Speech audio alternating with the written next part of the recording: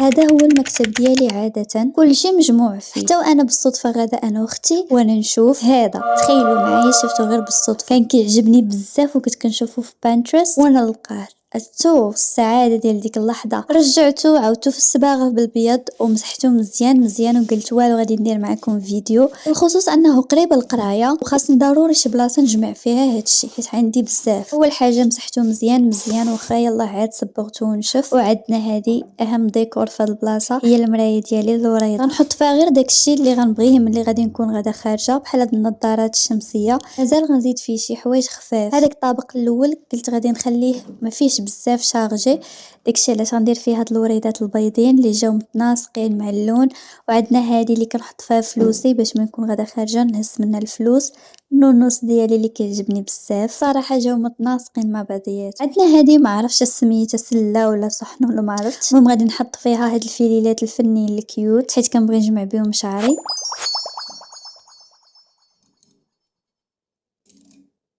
وتحت المرايه بغيت نزيد هاد العطر المفضل عندي حيت جابو ليا بابا، وهكا ولا الرف الاول.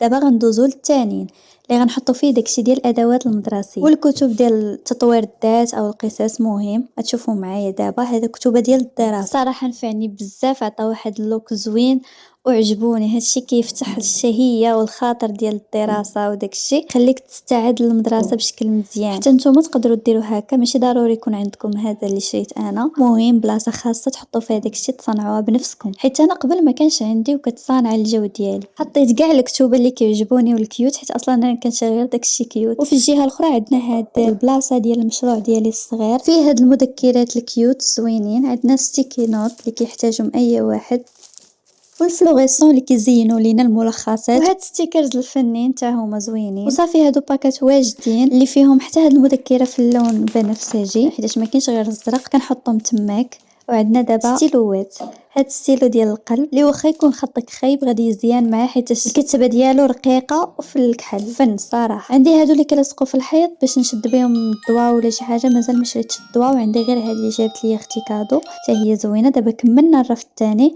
غندوزو للثالث. قررت ندير فيه هادشي ديال شعري بحال السشوار ودرت البلاك حتى هي، واخا انا في الاصل النوعيه ديال شعري هو بوكلي كندير ليه سكالا، ولكن كيعجبني ما عرفتش علاش ليس، ما عرفتش الصراحه علاش. كنت خديت هذه 199 درهم في بيم والصراحه ما بيهاش، ولكن زوينه اللي كنتي غتعاودي شعرك بالبلاك من بعد. دابا عندنا هاد لاطخوس اللي غادي نجمعوا فيه كاع داكشي اللي كنستعملوه قليل، حطيته تماك. وغادي نزيد عليه واحد الارنوبه زوينه باش يعطي ديكوراسيون زوينه. دابا خويت البيرو صافي غادي نمسحو بهذيك باش تحيد الغبره. وصافي غنزيد هاد لي بيجو تما في ديك الرف الاولاني باش كيف قلت لكم ملي نخرج نلقى داكشي واجد قدامي. في نفس الوقت ما بغيتش نقوي في داك الرف الاول، ضروري من اللمسه الاخيره واللي هي نرش شويه الريحه، هاد الريحه ديال المارشميلو. ودابا غنخليكم مع النتيجه النهائيه.